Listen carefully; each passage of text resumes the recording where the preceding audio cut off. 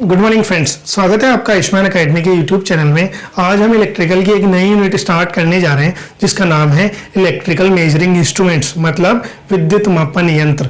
जो सबसे पहला क्वेश्चन इस यूनिट का है वो क्या है कि भाई ये मापन यंत्र क्या चीज होते हैं। ठीक है, तो मापन यंत्र या मेजरिंग इंस्ट्रूमेंट्स बेसिकली ऐसे इंस्ट्रूमेंट या ऐसे यंत्र होते हैं जिनके द्वारा आप विभिन्न प्रकार की राशियों को नाप सको।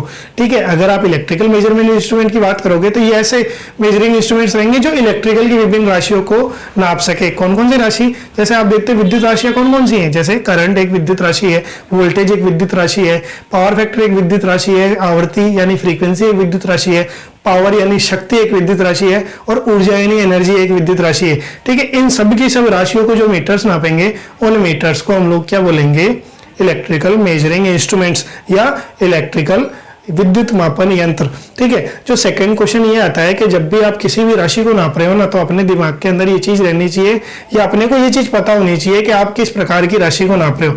ठीक है, मतलब जैसे अगर आप धारा को नाप रहे हो तो आपको जो पर्टिकुलर इंस्ट्रूमेंट इस्तेमाल करना है ना, तो उस धारा के लिए कौन सा इंस्ट्रूमेंट इस्तेमाल करना है वो अपने को पता होना चाहिए। ठीक है, इसकी बेसिक नॉलेज अपन जब भी फर्स्ट सेकेंड ईयर के अंदर या फर्स्ट ईयर के अंदर लैब के अंदर जाते हैं तो अपने को पता रहता है। ठीक है, बताई जाती है लैब के इंस्ट्रक्टर के द्वारा। क्या चीज बताई जाती है कि अगर आपको विद्युत के अंदर करंट को नापना है ना, तो आपको हमेशा एमीटर का इस्तेमाल करना है। ठीक है, वोल्टेज को नापना है तो आपको वोल्टमीटर का इस्तेमाल करना है, प्रतिरोध को नापना है तो आपको ओममीटर का इस्तेमाल करना है। ऐसे विभिन्न प्रकार के मीटर्स के लिए अपने को जानकारी दी जाती है और अपने को ये चीज पता भी होनी चाहिए कि किस राशि को किस मीटर के द्वारा नापा जाता है। ठीक है, आप कभी भी करंट को ओममीटर के द्वारा या वोल्टमीटर के द्वारा नहीं नाप सकते। क्यों नहीं नाप सकते? क्योंकि स्पेसिफिकली जो करंट है वो एमीटर के द्वारा ही नापी जाती है। ठीक है, अब जब भी अपन किसी भी मीटर की बात करते हैं ना, तो आप जब भी किसी भी मीटर को उठा के देखोगे तो उसके अंदर विभिन्न चीजें लिखी हुई रहती है। ठीक है, जो चीजें लिखी हुई रहती है उन सब चीजों को हम लोग क्या बोलते हैं, रेटिंग्स बोलते हैं।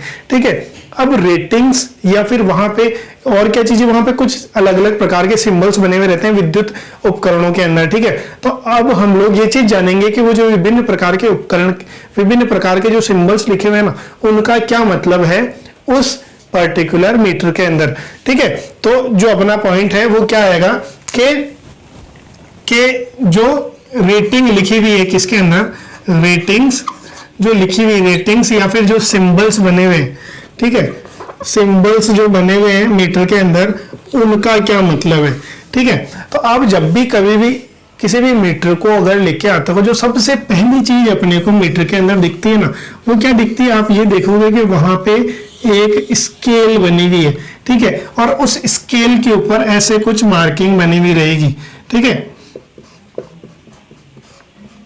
ठीक है, ऐसे करके मार्किंग रहेगी। ठीक है, और ये मार्किंग देखिए अलग अलग प्रकार के इंस्ट्रूमेंट में अलग अलग रहती है, पर अपन जनरली मान के चल रहे हैं कि भाई जो भी इंस्ट्रूमेंट है वो 0 से स्टार्ट होकर जैसे 50 तक जा रहा है। तो आप इस मीटर को देख के ये बता सकते हो कि ये जो पर्टिकुलर मीटर है ना, ये जिस भी राशि को नाप रहा है वो राशि कितने तक, 50 तक नापी जा रही है। यानी अगर बाई चांस इस मीटर में से आपने 50 की जगह 51 वो राशि दी ना, तो वो राशि ये मीटर नहीं नाप पाएगा। ठीक है, और न्यूनतम ये कितनी नाप सकता है, 0 नाप सकता है। ठीक है, तो जो पहली चीज अपने को यहाँ पे दिखती है उसको हम लोग बोलते हैं परास।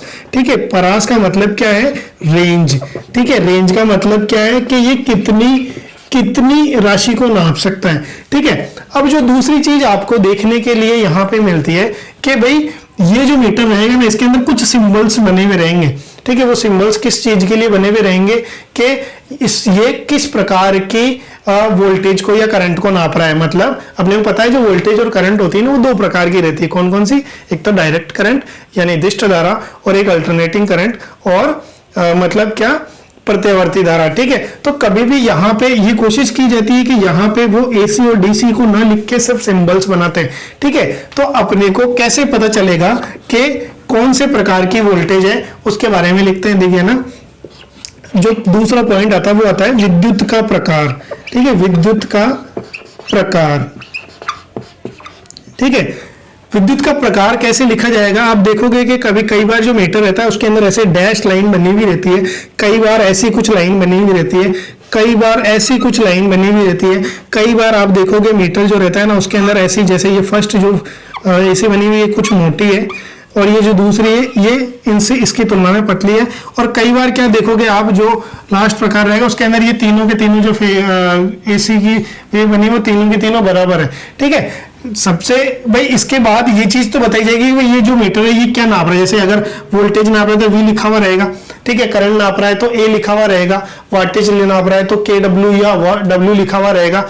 पर उसके साथ वो किस प्रकार की विद्युत को नाप रहा है वो इस सिंबल के द्वारा दर्शाया जाता है, ठीक है। ये सिंबल कहाँ बना हुआ रहता है, जैसे अगर ये मीटर वोल्टेज को नाप रहा है ना तो इसके जस्ट ऊपर यहाँ पे ये सिंबल बना हुआ रहता है, ठीक है। अब इस सिंबल का मतलब ये है, ऐसी सिंपल डैश लाइन, कि ये जो मीटर है ना ये दिष्ट यानी डीसी को नाप रहा है, ठीक है। दिष्ट यानी किसको नाप रहा है, डीसी को। अब क्योंकि यहाँ पे V लिखा हुआ है तो ये मीटर कौन सा मीटर हो गया, ये डीसी वोल्टेज को नापने वाला मीटर हो गया, ठीक है। अगर बाई चांस वहां पे ऐसा सिंबल है तो ये जो मीटर रहेगा वो AC नाप रहा है।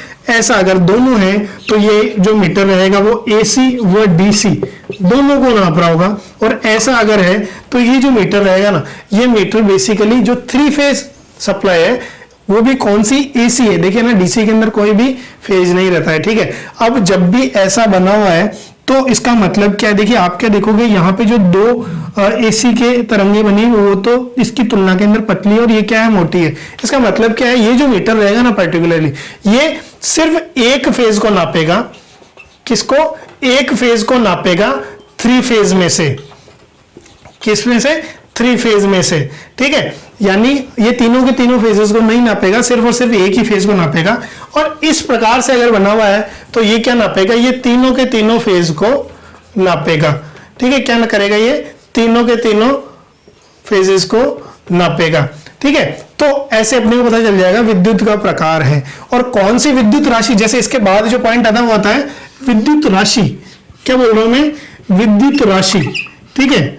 कि भाई जो नेक्स्ट चीज इसके अंदर लिखी हुई रहती है कि भाई किस प्रकार की विद्युत राशि को नाप रहा है। जैसे मैंने ये चीज पहले ही लिख दी है, अगर बाई चांस मीटर के अंदर V लिखा हुआ है ना इसका मतलब वो क्या नाप रहा होगा, वोल्टेज को नाप रहा होगा। क्या नाप रहा होगा, वोल्टेज को नाप रहा होगा। A अगर लिखा हुआ है तो वो करंट को नाप रहा होगा, ठीक है। और अगर W लिखा हुआ है तो वो वाटेज को नाप रहा होगा। क्या नाप रहा होगा, वाटेज को। ये W की जगह KW भी हो सकता है, ठीक है। MW यानी मिली वाटेज भी नाप सकता है। ये अलग अलग मतलब मूल रूप से अगर ऐसा कोई सिंबल दिखता है तो इन चीजों को ये नाप रहा होगा। अगर बाई चांस WH लिखा हुआ रहेगा ना तो वो शक्ति ऊर्जा को नाप रहा होगा।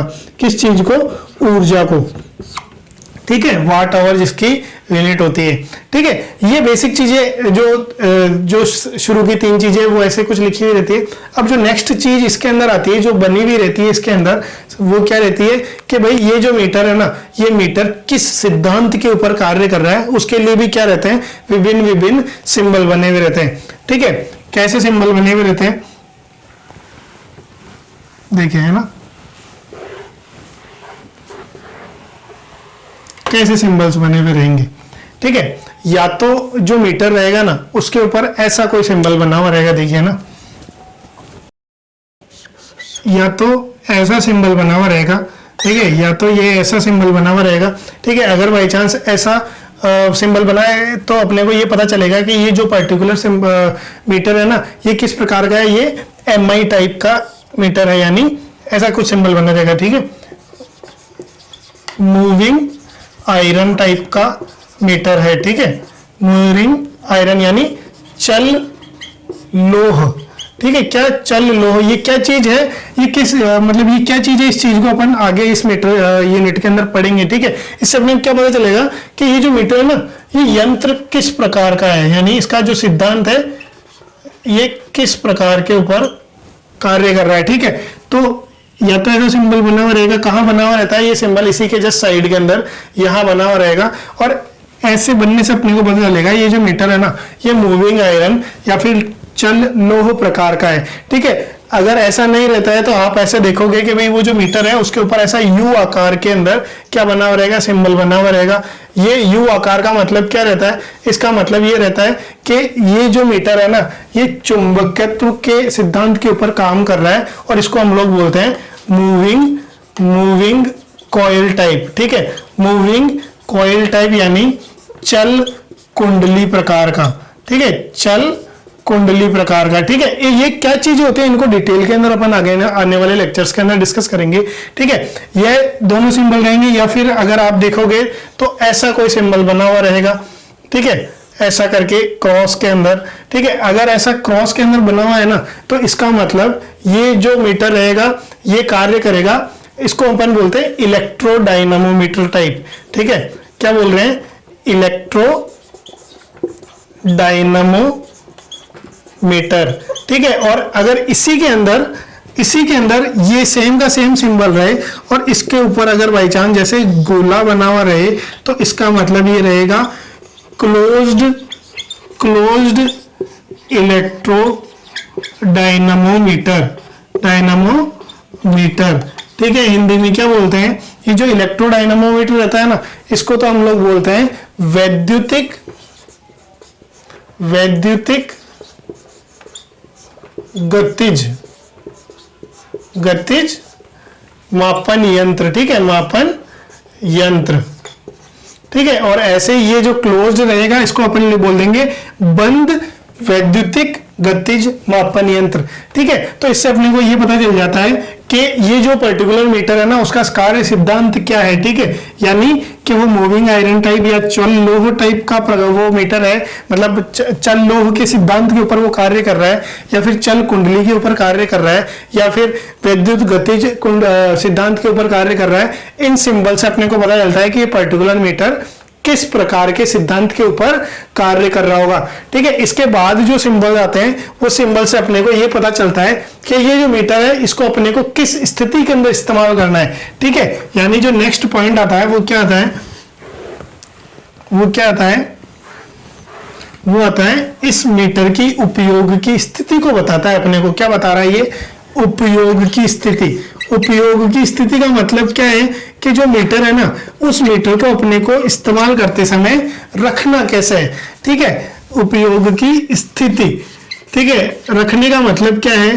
ठीक है ना, कभी भी कोई भी मीटर है वो हमेशा एक प्रकार से नहीं रखा जा सकता। जैसे कोई मीटर है, उसकी उपयोगिता जब आपने उसको वर्टिकल रख रखा है या हॉरिजॉन्टल रख रखा है तब है, कभी वर्टिकल रख रखा है तब है, ठीक है। मतलब कभी ऊर्ध्वाधर रखा हुआ है तब उसको उपयोगिता है, कभी उसको क्षैतिज रखा हुआ है तब उसकी उपयोगिता है, ठीक है। और कभी अगर आपने किसी कोण पे रखा हुआ है तो उसकी उपयोगिता है, ठीक है। तो ये कैसे पता चलेगा कि वो पर्टिकुलर मीटर को अपने को रखना कैसा है? वो भी अपने को इस मीटर के अंदर यहाँ पे कहीं सिंबल बना हुआ रहेगा, उस सिंबल के द्वारा पता चलता है, ठीक है। अगर बाई चांस वहां पे ऐसा कुछ सिंबल बना हुआ है मीटर के अंदर, इसका मतलब वो जो मीटर है ना, वो मीटर कैसे कार्य करेगा? जब वो ऊर्ध्वाधर स्थिति के अंदर रहेगा, ठीक है। ऊर्ध्वाधर स्थिति के अंदर रहेगा। ऊर्ध्वाधर का मतलब क्या है?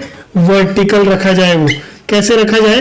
वर्टिकल रखा जाए, ठीक है। अगर बाय चांस इसकी जगह ऐसा कोई एंगल रखा हो, ऐसा कुछ बना हुआ हो सिंबल, तो इसका मतलब क्या है कि वो जो पर्टिकुलर जो मीटर है ना, उसको हम लोग कैसे रखेंगे? उसको हम लोग रखेंगे क्षैतिज रखेंगे, ठीक है। को कैसे रखेंगे?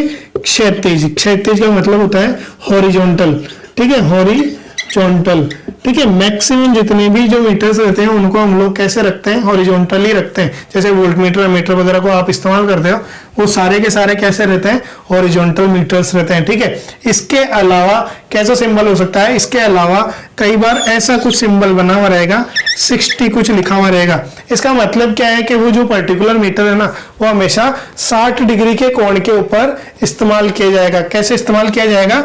60 डिग्री के कोण के ऊपर रखा जाएगा।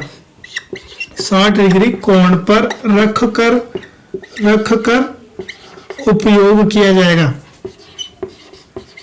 उपयोग किया जाएगा, ठीक है। इसके अलावा क्या लिखा होता है? कई बार ऐसा भी रखा हुआ रहता है कि भाई ये जो सिंबल है ना, ये जो अपन ने यहाँ पे ऊर्ध्वाधर वाला सिंबल बनाया वैसा कुछ लिखा हुआ रहेगा, और यहाँ पे कुछ ±2% लिखा हुआ रहेगा, ठीक है, या ±2 डिग्री लिखा हुआ रहेगा। तो इसका मतलब क्या है कि ये जो पर्टिकुलर मीटर रहेगा ना, वो ऊर्ध्वाधर तो रहेगा, पर उसको अपन 2 डिग्री प्लस या 2 डिग्री माइनस तक उसको अपन झुका के इस्तेमाल कर सकते हैं, ठीक है।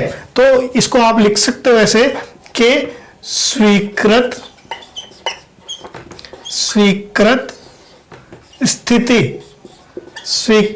स्थिति कितनी?